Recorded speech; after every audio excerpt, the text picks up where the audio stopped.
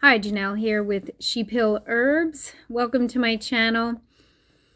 Today's another day, another video. It is a cold day, but it is a good day. And in today's video, I actually recorded it last night. It is a class that I taught on the culinary and traditional uses of Indian herbs and spices. Not every single Indian herb and spice, but a sampling of them. And when I say Indian, I mean from India. So this is a long video.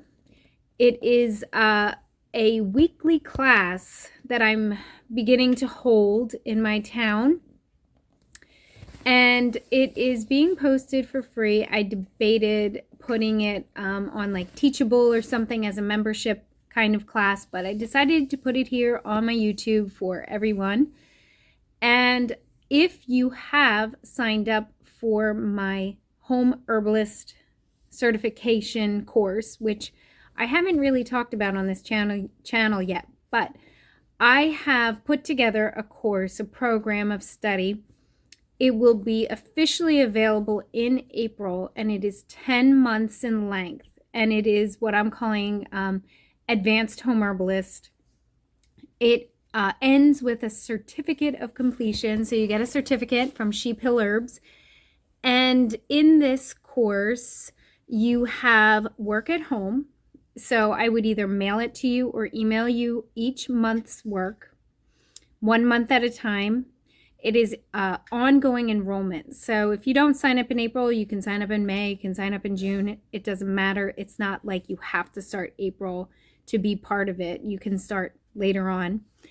And as I said, part of the course is taking classes in person if possible. So 2 a month would be what was required in person if you are in my town in Pennsylvania.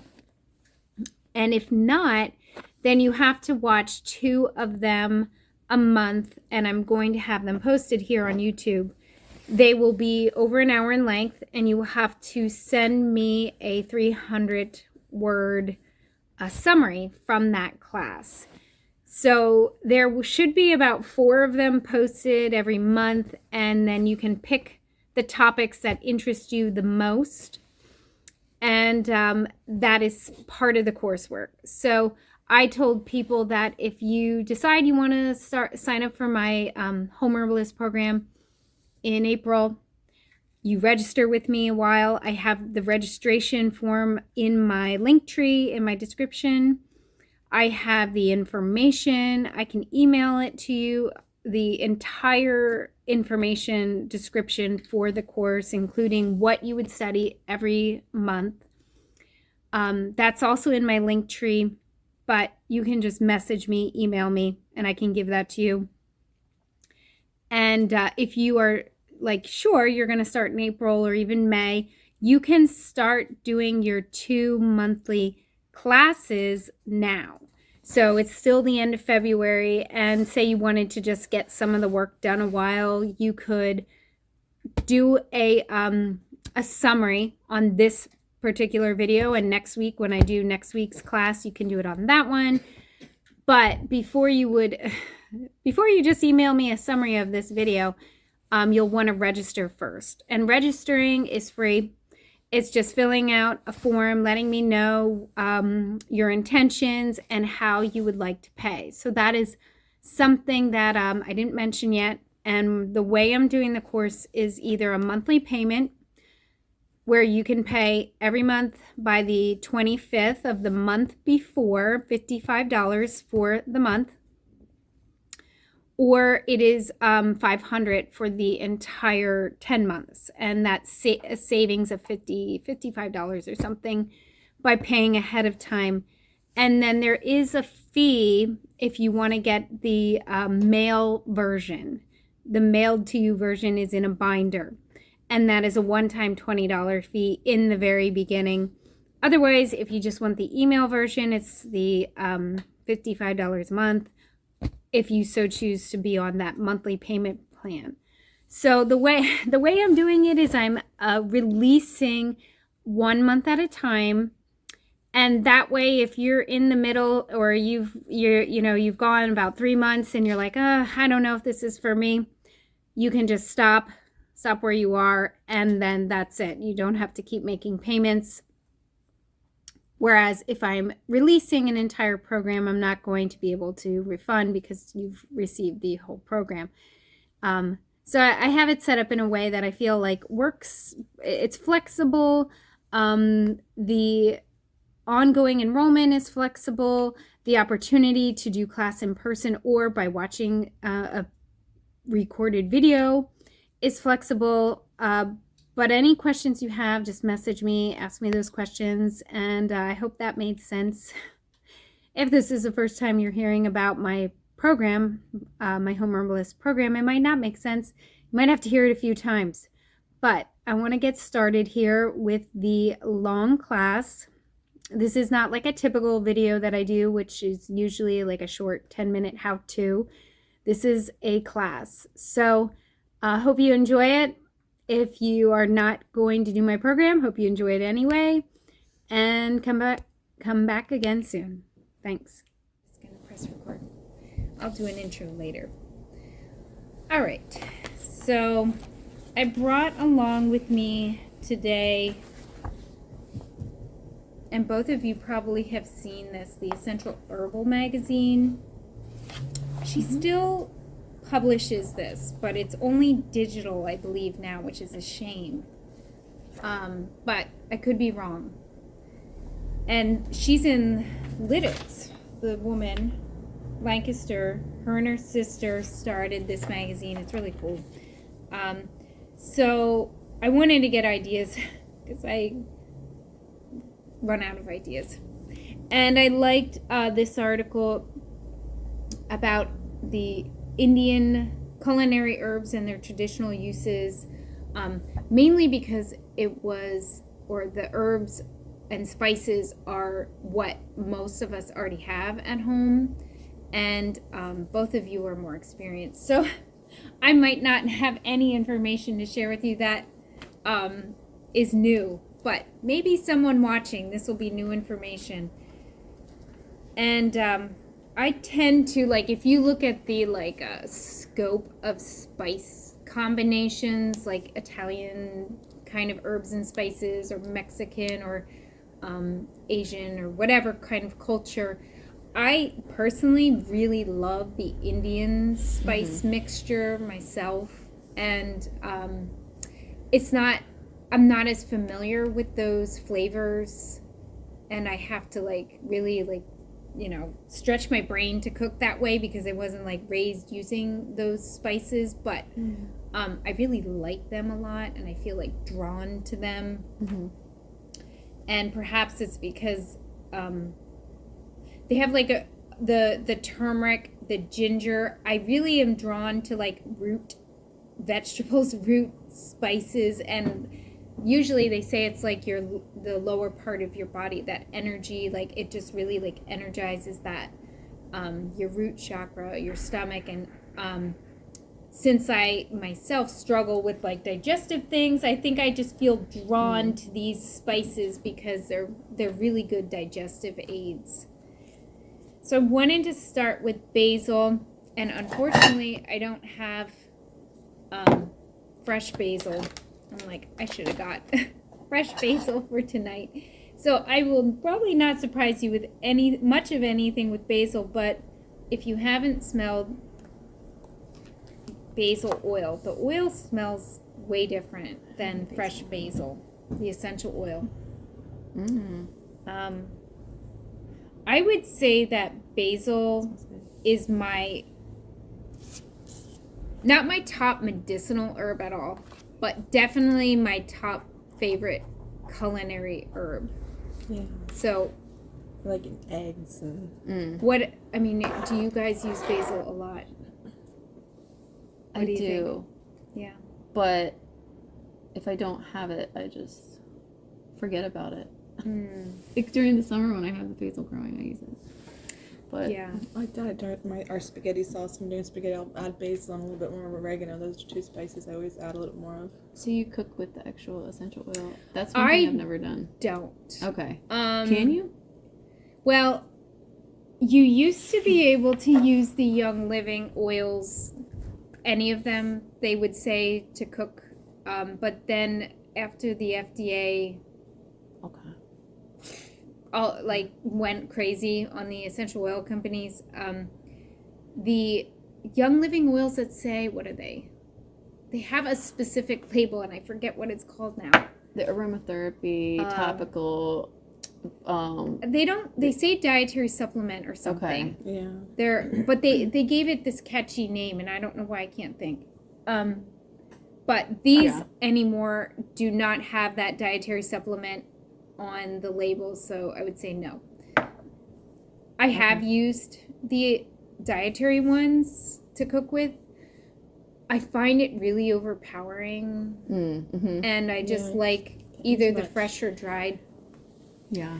I personally don't like dried basil that much, but it is good like in spaghetti sauce. It's the fresh that I love, and I grow a lot of it in the summer, and I do dry it. I usually wind up using it up a month into the winter.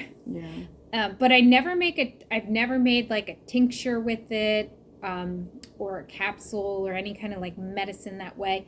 So like what I found interesting here with this article is that there were some medicinal uses of the basil that I've never tried, but I could see how it'd be useful. So one of them was taking basil and powdering it, and I didn't bring my whoops, that got oil.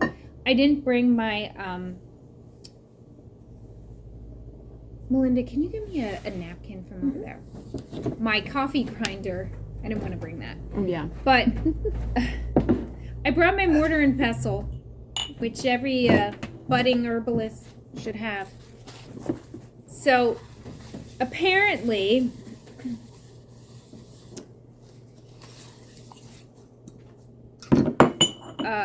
powdered basil, which I would grind up in my coffee grinder, and here it doesn't say to mix with slippery elm, but I always use slippery elm if I'm making a paste to either apply to the skin, or to if I was making like a paste for putting in the mouth, because just powdering basil, it's so crumbly, it would just, I can see what they mean by like applying it to the tooth. It's to remove pain. So basil must have some analgesic properties, like pain relieving, but any very powdery herb without this like this is mucilaginous. Okay. And I don't know if I said that right. What else? Mucilage. If you didn't have that, what else would you use? Arrowroot. Arrowroot. I was going to ask because I have a ton of that. Arrowroot, maybe tapioca in a pinch, marshmallow root powder. Okay. But slippery elm root powder is the best for mixing with any other kind of powdery herb. So I would just take a bowl. If I were to try the basil leaf powdered, maybe add a teaspoon of the basil and half a teaspoon of the slippery elm, and just add little drops of water at a time until it's pasty. And then like I have used that kind of paste on topical skin irritations, but here they're suggesting for tooth pain. So then you would just pack it up at the gum. And then this I also found really interesting, and this is with the like basil juice. So if you were going to like juice your basil, now I would never use basil this way because there's so many like other herbs like plantain or something that I'm not going to eat. I wouldn't want to waste my basil to make this, but juicing the basil with either like grinding it up in a blender and taking the juice, and lemon juice, so equal parts lemon juice and basil and onion juice. So if I were to do that, I would put, if I were doing equal parts, let's say, I don't know, a quarter cup basil leaves, a quarter cup lemon juice, a quarter cup onions, and I would add a quarter cup of water, put it in a blender, blend it, and then strain off the liquid, and then apply with a cotton ball. So here it says for all kinds of skin infections. And I'm assuming it's because of the antibacterial properties of those three foods. Antibacterial, antiviral. It might burn a little bit. So if it would, I would add, maybe put a little hot olive oil down first. But in India, I don't know. They must have had a lot of basil growing, because here I would use plantain instead. All right, so moving on. I was excited to talk about coriander, and you guys can, I'm going to pass this around. If you want to just carefully put a couple seeds in your hand, you can taste them. Oops, let's put that back. But coriander I find interesting because it is the seed of cilantro. And I didn't know that. I was like, oh wow. Yeah. And cilantro tastes so much different than coriander. Totally different. I'm trying to think of other seeds that taste much different than their plant. So how do you I've always, coriander, do you grind this before you add, like what do you add it to?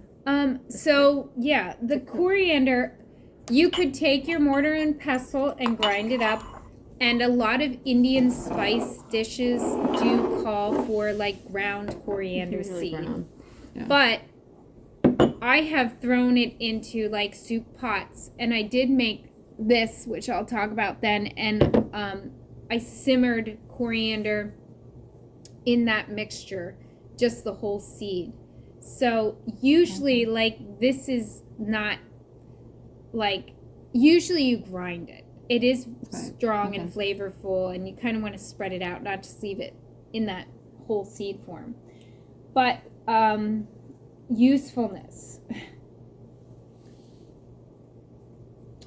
It is really useful for like colic pain. And if you were going to use it as a digestive aid or for colicky symptoms, you would want to make an extract or an infusion. So basically what I would do, and one of the other herbs that I have, or spices, is fennel seed. So maybe I'll jump to fennel seed. If I were making a tea, an extract for digestion or colickiness, I would take a teaspoon of coriander, a teaspoon of fennel seed, and 2 cups of water. I'll pass these around if you want to try the fennel seeds too. And simmer that into a tea. And then cool it, put it in a jar in the refrigerator, and then you can use like a dropper for a baby, like do little drops, or add that to a bottle. Okay. For an adult, you would drink maybe a quarter cup at a time, or a few teaspoons at a time. I purchased ripe water before, and has both fennel and coriander seed. So a very good spice and very good digestive. So these Indian spices, herbs, super good for digestion. I feel like that's why I'm drawn to them. When you cook, and they usually, if you look up Indian recipes, like Garam lots.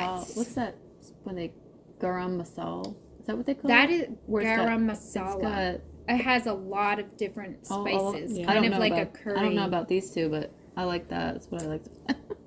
It's But- like licorice. They, Um, the Indian recipes that I have an Indian recipe cookbook, they'll call for like so much spice. Like it's a lot. Yeah. It's not like a sprinkle, like teaspoon of this, tablespoon of that. Really flavorful. And I think like then it's like helping your digestion, your circulation, and everything. This is just a side note, and we had a friend who went to India, and everything he ate had turmeric, and when he came back, his gray or white hair was dark. It was black. His eyebrows, his hair got darker. Wow. How long was he there? 6 months. Okay. So it did That's go it. back. Yeah. Wow. Alex? That's unbelievable. But sage can do that. Turmeric, yarrow, I believe.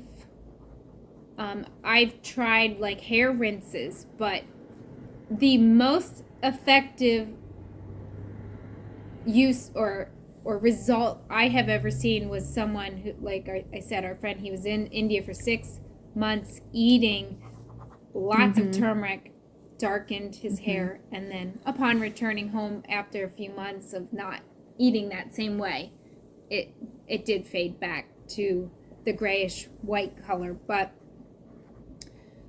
That's I always interesting. I put that in my back pocket for when I think if I need to Wow. bring my hair color up. If I think I have my dad's hair genes because he never had gray hair. Wow, you were eating turmeric.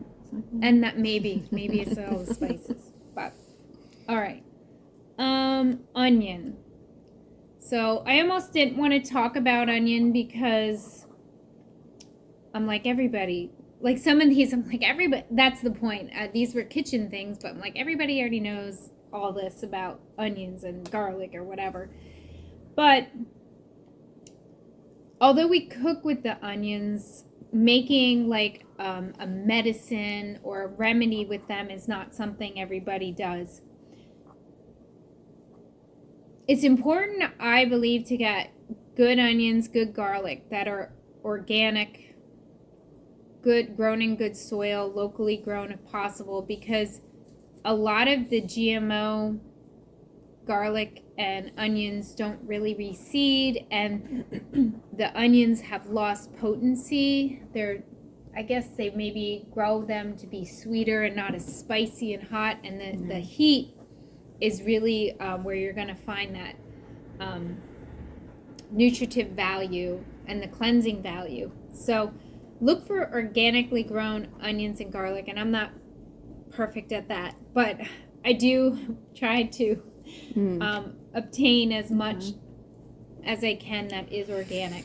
And then I heard you're not supposed to get garlic from China because they bleach it, and then they grow it in human sewage feces. water. Yeah. Yes. It's just like, I oh my never buy word. Chinese garlic. What the world? It's I was disgusting. like- Yeah.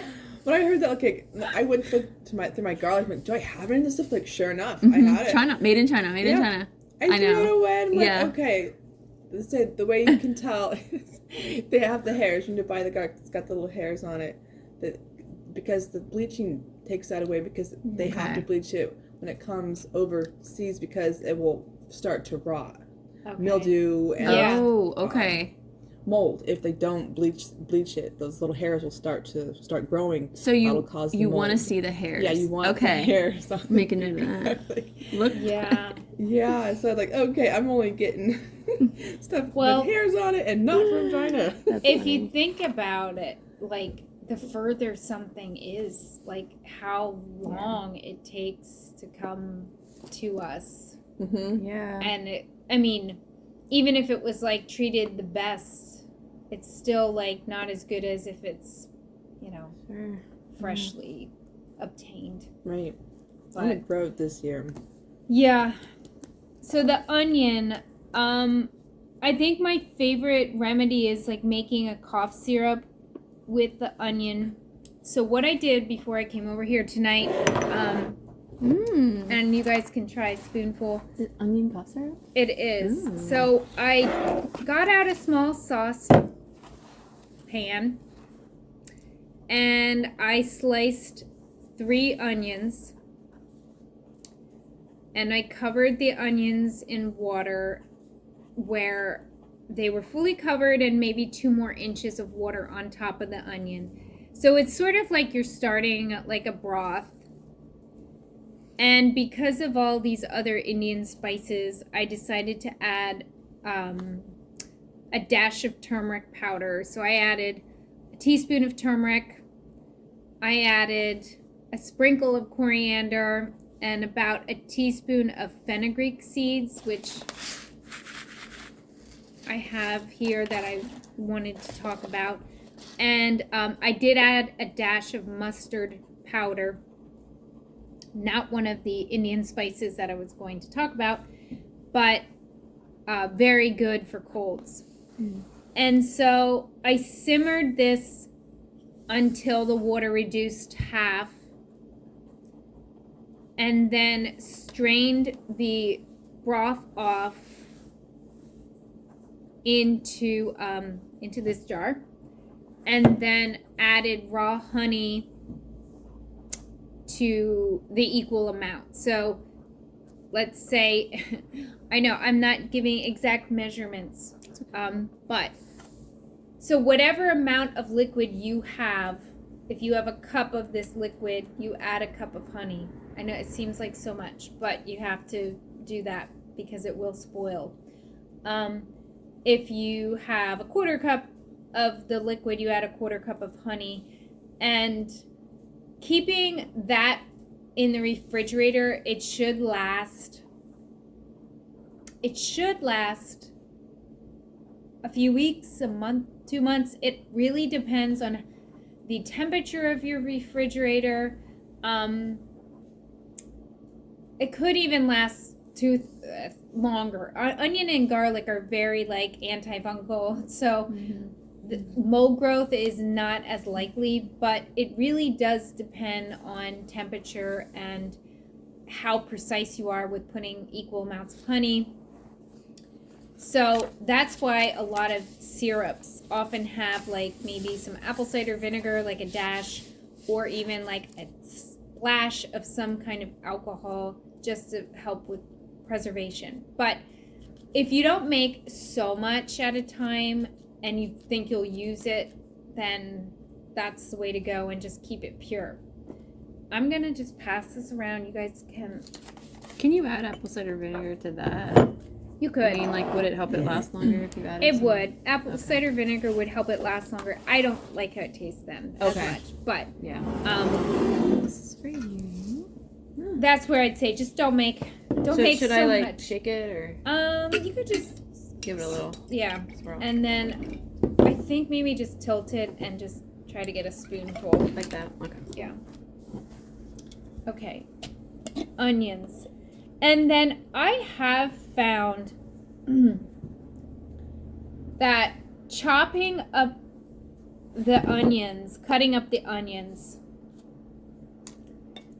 That's and delicious. putting them in on a plate. I have to go home and make some. Everybody at my house has a cough. It's good. Oh, really? Oh, yeah. My kids would totally drink that. It's delicious. The I honey get in it's it's good. actually really good when Really it's good. it's still warm. It's still a little bit warm. When it's really Little bit. warm, it's really good. Like I think it's not as pleasing the colder it gets. Okay. So But you could warm it up before you could warm it up anytime. Yeah. But It's really good. what was I gonna say? I don't know. Yeah, my kids ate it. They liked it. They didn't have a problem with it. So yeah, I guess kind of moving into the segue of garlic. I didn't add garlic to that because I used up all the garlic I had. I had a whole like tube of garlic and it all molded. So I had to compost that. And the remaining garlic I had, I made garlic oil with yesterday. And I have a video on that. But this is delicious too. So garlic would have been a great addition to that onion broth with the honey. And garlic is nature's cure-all. It is a miracle food, a superfood. It is a natural antibiotic in a sense because it's powerfully antibacterial, antifungal, antiviral. The thing is, and this is what usually stops people, is you have to eat a lot and you will smell and taste like garlic. Like how much is a lot? I think Dr. Schultz would say like 6 cloves a day, you know. Well, if you eat it cooked, you won't, like, okay. I've experienced, when I was pregnant, I was eating a clove a day, raw. And my midwife was like, you smell like garlic. And I didn't know it. But when I eat it cooked, it doesn't seem to make me stink. Unless if I ate a lot of it, it probably would. I don't know. Well, it's not as powerful cooked. Yeah. That's the thing. Yeah. So I don't know if he said to eat 6 cloves for just being healthy or if there was a condition involved with that. But I just remember it was like a lot. It was like 6 cloves a day, raw. Preventative, raw, yeah. I don't think I've ever eaten that much. I feel like you would really stink if you ate it. But I go through cycles where I blend up or grind up my garlic and mix it with the olive oil and then just keep it on the table and I like spoon it onto lots of my different meals. Yeah. And then it's sort of like a tincture or an extract where it's concentrated because the oil's been soaking in the garlic. Yeah. And I should have been doing this all winter. I don't know. So, but yeah. What do you put it, like your potato or something? Like it's really good with baked potatoes. Yeah. I use that then for my salad dressing, like my oil that I use with vinegar. Salad and potatoes mainly. Soup though, I've spooned, on top. Pretty much anything savory. Mm-hmm. Anything. Like any meat dish or it'll taste good with anything savory. How long does it last out on your counter? That will last for a long time. Yeah. Like, probably years. Okay. You could have chopped garlic in a jar with olive oil and last a really long time. But I wouldn't put it after you initially make it. Now, you don't have to sit it in the sun like you would an infused oil. But after you blend it up and make it, I would just keep it in a shady spot, in a cabinet or something. Just because I do feel like the direct sun on your oils can harm them. Mm.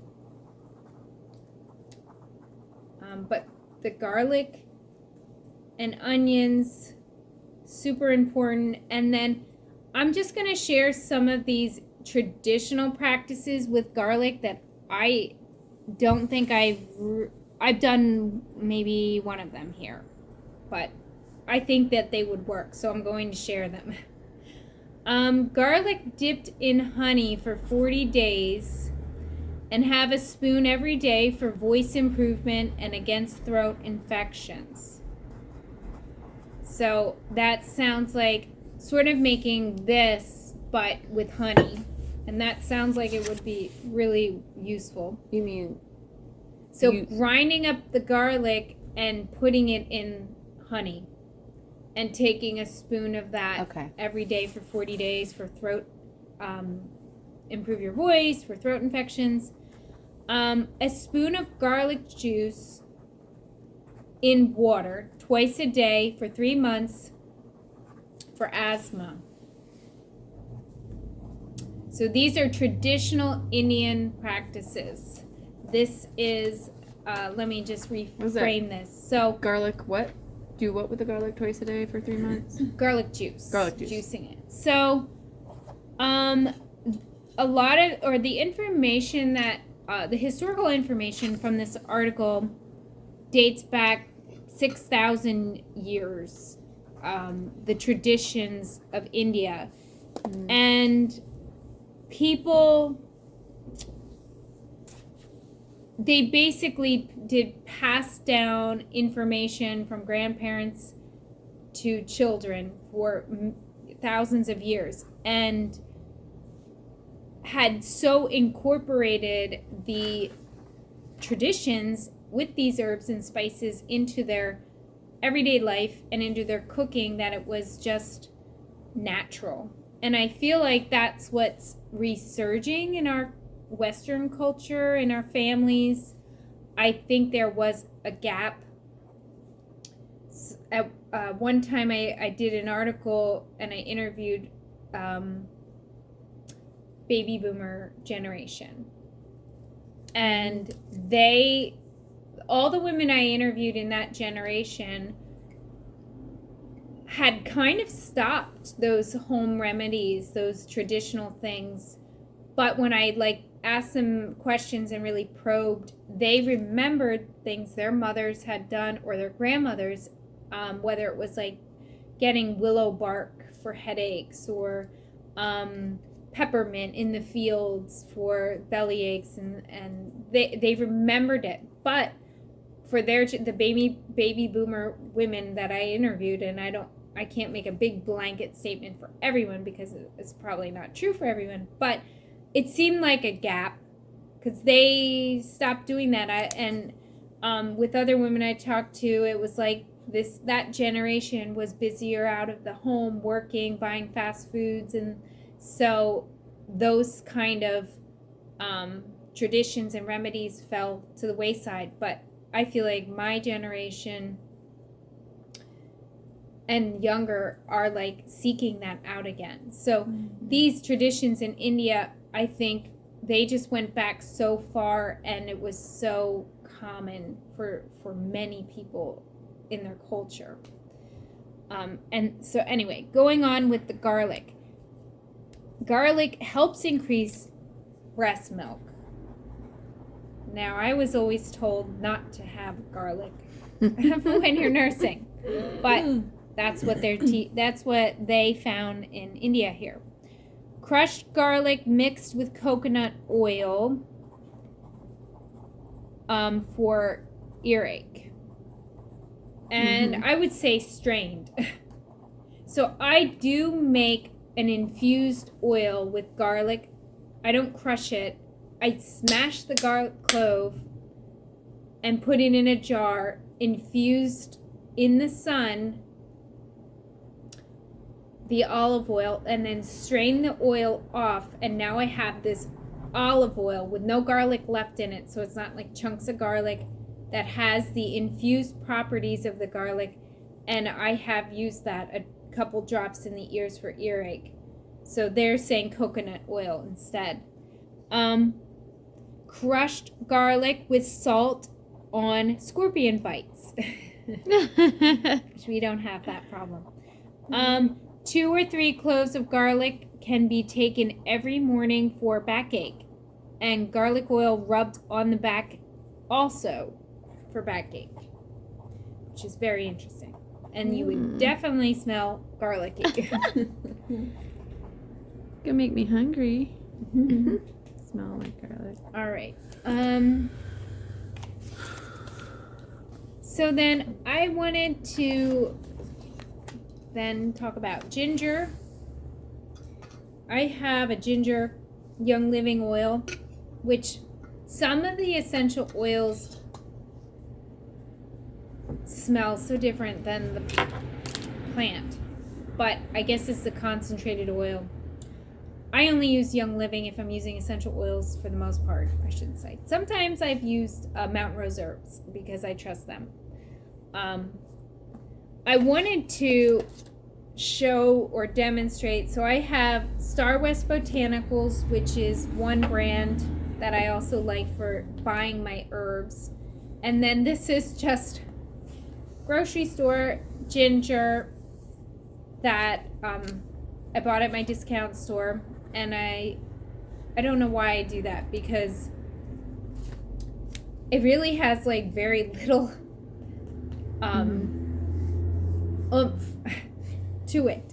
So some of my videos, I've done like the muscle testing, and what you can do if you learn how to do this, if you hold an item, and one way is the finger lock. So if you hold the finger lock and you start to count, and you want to get to 10, and when I do this, before the lock loosens, I only get to 2 with this store ginger, the discount grocery store ginger. Actually, this is probably at regular grocery stores, but. And then my organic ginger root powder from Star West, I get to 8 before it weakens the lock. So if I'm cooking with spices that I want to be beneficial, I should not be using cheap spices anyway. I don't know if you want to smell the difference. Yeah, but I can smell the difference. What do you think? It's spicier, that's for sure. If you cook with it, it's spicier. What do you think about the Frontier brand? They have like an organic. Yeah. Are they good? I think they're pretty good. I don't order from them. I use Mountain Rose Herb, Star West Botanicals, and then I'll buy at health food stores if they have bulk, or like these fenugreek seeds. I think I found at a health food store. Yeah, you can definitely tell but, the difference. Frontier, I think Frontier is, as far as I know, I think it's pretty good. That's what I have. Yeah. Just because it's the goat farm had. Yeah. I bought a bunch of herbs from them. Nice. Okay.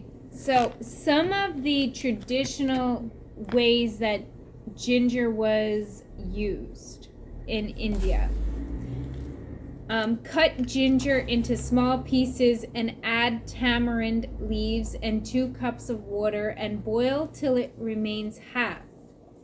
To this, add 1 cup sugar and boil in a low flame. Add lemon juice to it as it cools. This should be consumed once every 3 hours to reduce cough. Crush dry ginger and add equal amounts of ghee and jaggery, and this mixture reduces cold and cough. So I have not done these traditional ginger remedies in this book. Tamarind, if you ever buy it at like a giant or like a specialty grocery store, is a really interesting How do you fruit. spell it?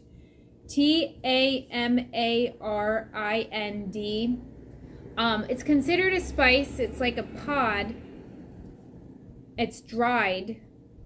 It's a fruit pod, and it has these seeds inside, and it's just a really sweet, kind of pungent flavor that a lot of the Indian dishes call for. Tamarind rind or tamarind, like some of the pods, and you usually take the pod out after you've like simmered and cooked that for a while.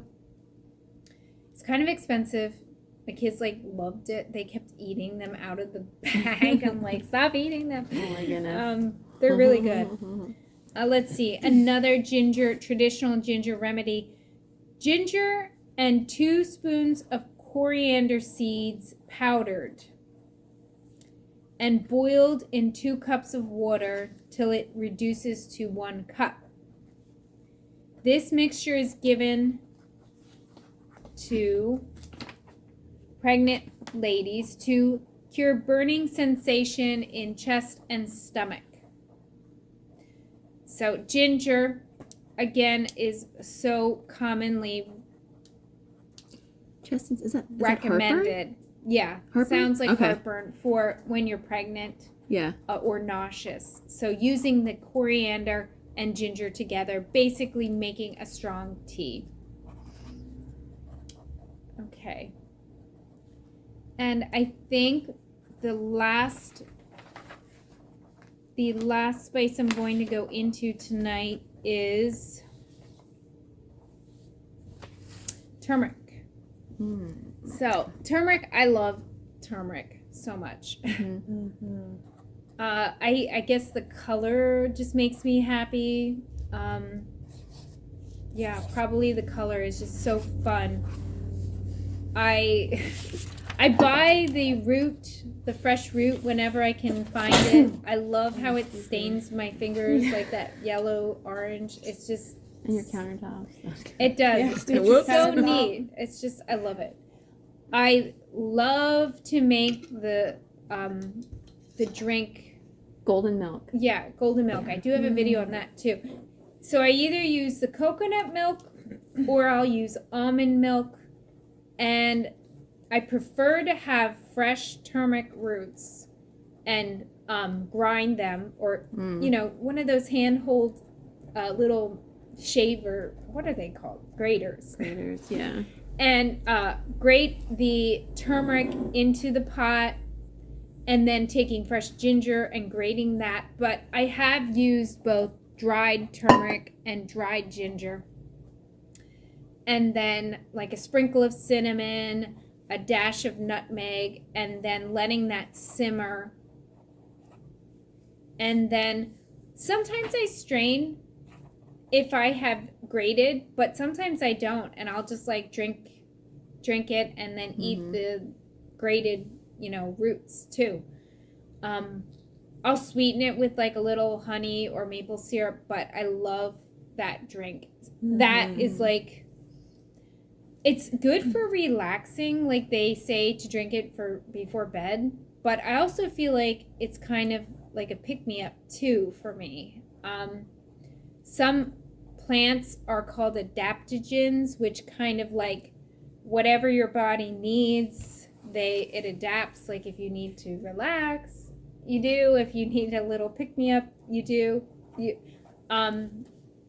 Unlike caffeine, in coffee is like always makes you speed up.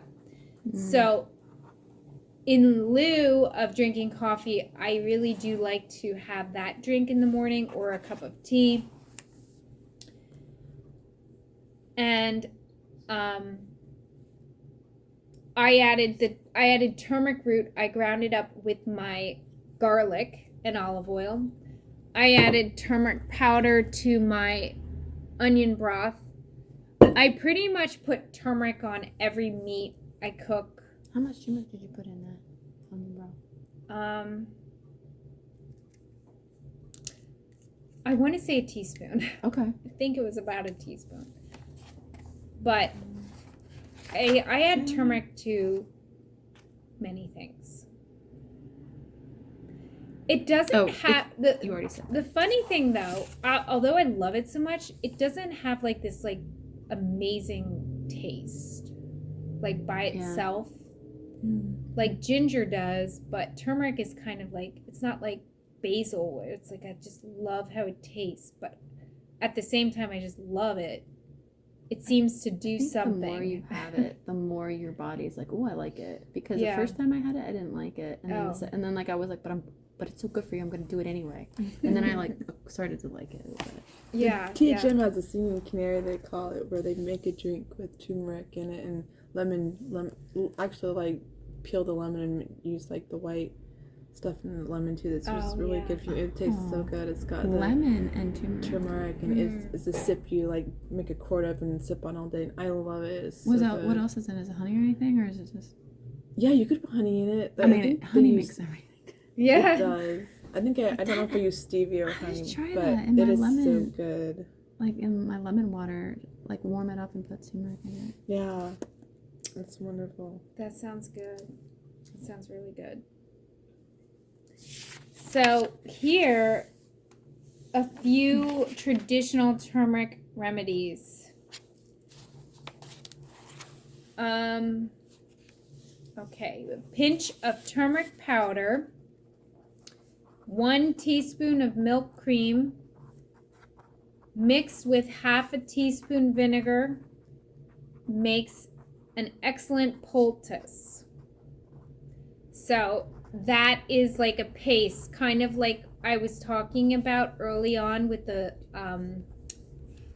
slippery elm, but they're not using slippery elm. They're just using the turmeric powder, the milk cream and vinegar, and then that paste is applied to boils, skin boils, skin infection, and I'm sure it would stain.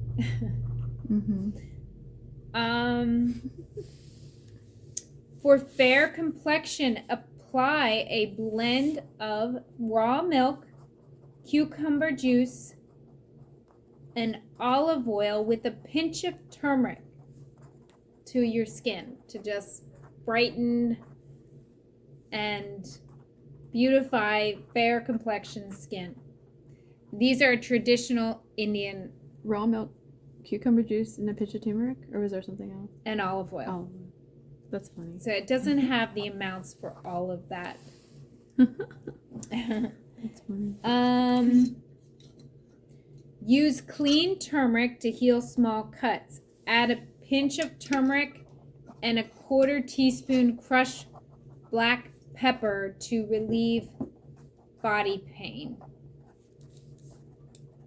I do the tea tree oil. I just drop that on. It takes away the pain of cuts. And Oh, really? Wounds that they get. It's like, it just works really good with the children and myself. It's just like, you know how you get it just stings or aches if you like a paper cut or get cut or just awesome. with a knife. Try that. Just put tea tree oil on it. It's like it takes it away instantly. Oh, awesome. I did read that turmeric, if you do want to add black pepper to turmeric, it like activates thing. Have you ever heard that? Well, black something? pepper does activate other herbs, sort of like cayenne pepper does. Okay. I was always told not to cook it, like when it's more raw. So it's kind of like a catalyst. Okay. But it shouldn't be heated at high temperature. So What shouldn't be heated? the black pepper. Black pepper That's what I shouldn't be was heated. told. Okay. I'm not sure. So I don't usually add my black pepper to things until afterwards. Oh. But a lot Okay. of the Indian spice mixtures include the black pepper already in, and you're cooking with it like that. So Okay. I'm not sure. I feel like does the golden milk recipes ever have black pepper in them? Sometimes I think they do. Yeah. Yeah, Sometimes. saw it or listened to a YouTube channel where I forget what she said though, but it's in how you prepare the. Yeah, I forget what she said, but she mentioned it about the black pepper. If you're doing it one way, yeah, you need black pepper, but if you do it this way, you don't need the black pepper. And it's like, it's been so long since I heard it, but she was like, if you know, the different ways you prepare it, you don't have to worry about it if you do it a certain way. So Yeah. now I can't remember, but I know what you're talking about with the black pepper. I'm going to stop recording. Oh, you can be healthy without having a slow lifestyle. Slow. Yeah. Because yeah. you have to take time to cook and make and use all these spices. Like, we've been so busy with wrestling, which in some ways I'm like, oh, it's so good for the kids, but I'm like, I like hardly cook during wrestling season. And maybe that's why when I said after the winter I feel like I've aged, because I don't cook the way I normally do. I hate rushing and not using my spices and just eating faster. I mean, I really try not to buy fast food, but like sometimes I'm just cooking and I'm like, oh, I don't feel like getting out all my spices, and it's just not as good. I like my food's always better when I'm taking my time and enjoying it. It always turns out better. I know. And if I follow a recipe. That too. I mean, some recipes I know really well, but like getting, like really following a recipe. Do you guys use do you just cook from your head? I like following recipes. I like it too, yeah. I'm a recipe follower. Always. Yeah. Pretty much. Unless I've done it so much, I know. Yeah. But pretty much if I'm taking out, making supper, I'm always taking out the cookbook and following. I should do that more. Like, for instance, my dad, he had me made a really good chicken chili the other day. Mm-hmm. Well, this was a while back, but the other day he was talking about it. I was like, oh yeah, that's really good. I want to make that. Let me see the recipe. And it had 2 cans of cream of mushroom soup. I'm not going to put that in there. So I was like, well, now I have to make my own cream of mushroom. Yeah, so I have to, like, adjust. But it turned out really good. So, you know, like, I'm learning how to take a recipe and like just tweak it a little bit so that I'm not using the cans and the stuff like that. Mm-hmm. I think that's my frustration because so many recipes I have to like adjust. Mm-hmm. For gluten-free is really difficult too. Yeah. For gluten-free. And like, well, I do have a great paleo cookbook, which I usually use paleo.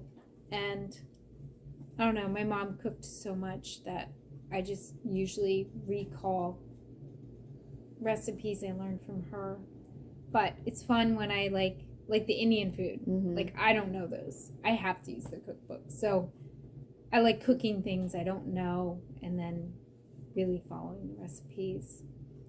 And the boys have been cooking lately. That's cool. That's cool, What yeah. do they like to cook? Teaching my boys to cook too. What do they like to make? Well, they're both, the 2 younger boys are doing, one of them's doing an Italian cooking class and the other's doing Tex-Mex cooking for homeschool. So it is nice because sometimes I haven't had to cook a meal. Cool. Yeah. I don't think the program we signed up with, I don't think they have too many different like options. I'm like, I would like to try some more variety. Mm-hmm. But we've had some good things. Reese made pizza yesterday, and we did a gluten-free crust, but it was really good. Nice. So have you tried even like sourdough? You can't tolerate that? I cannot tolerate any gluten anymore. Okay. I used to, I guess, probably after my 4th pregnancy, it was like that. I just couldn't. I don't know. Yeah. There's still some people, if they do like the sourdough or the sourdough, the sprouted or the soaking of the grains, get rid of the phytic acid that our bodies can't digest, that sometimes their bodies can, eat it and digest it. But so I guess I've tried so many ways to. I have never been like diagnosed with anything because I don't want to be, but like I guess if you're celiac, you can't tolerate it at all.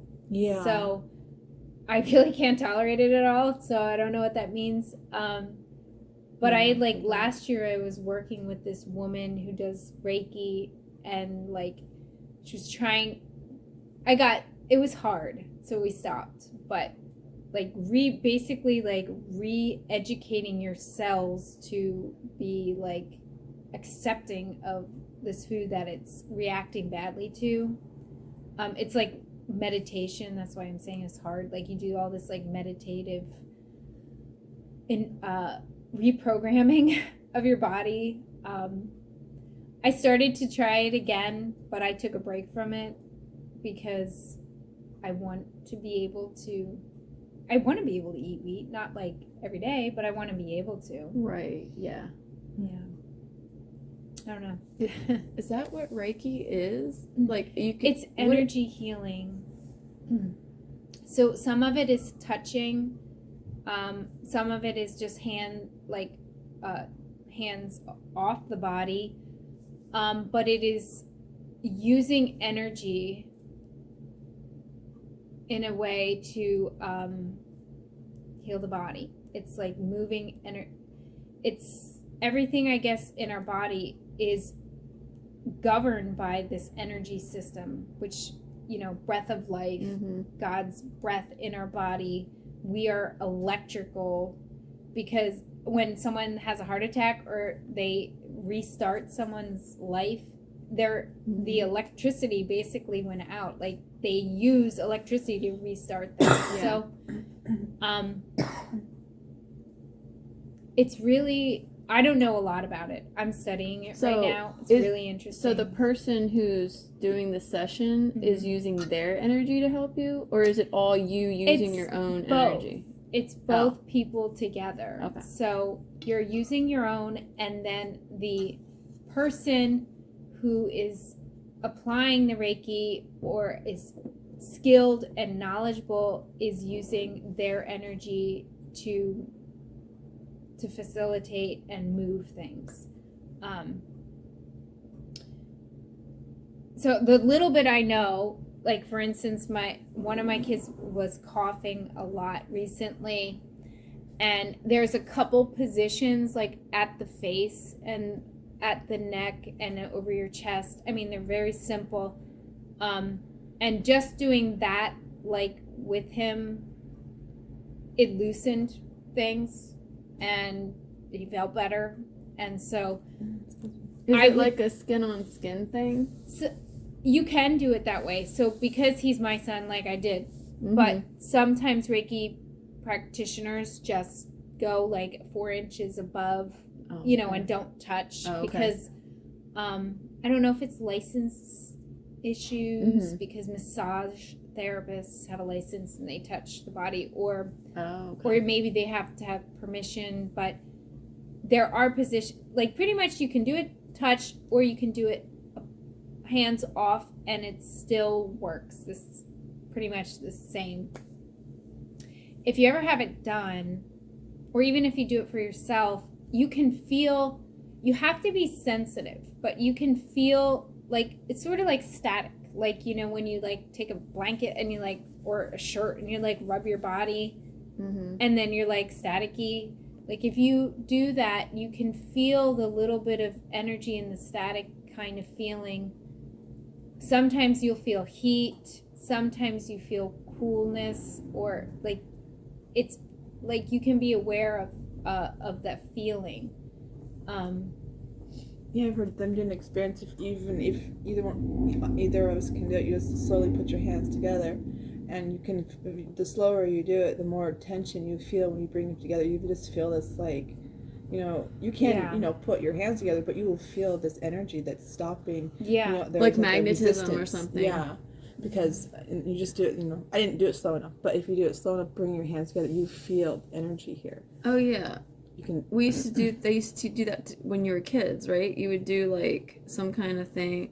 Is that the same thing as where you like go like this and then you try to like?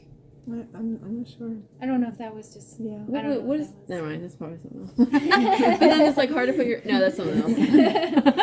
But it kind of goes with the muscle testing thing I was saying, because you're like being sensitive to like electrical nervous system impulse.